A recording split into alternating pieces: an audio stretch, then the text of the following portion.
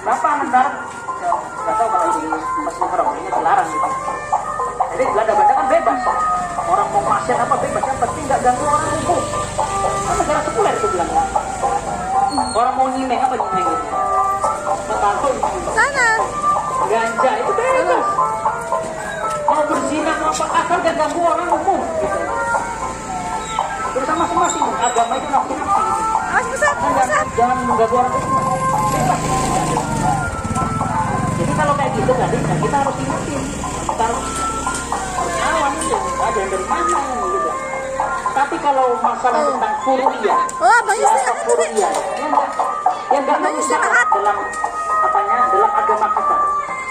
Ya sudah kita toleransi. Istirahat. Tasamuh namanya.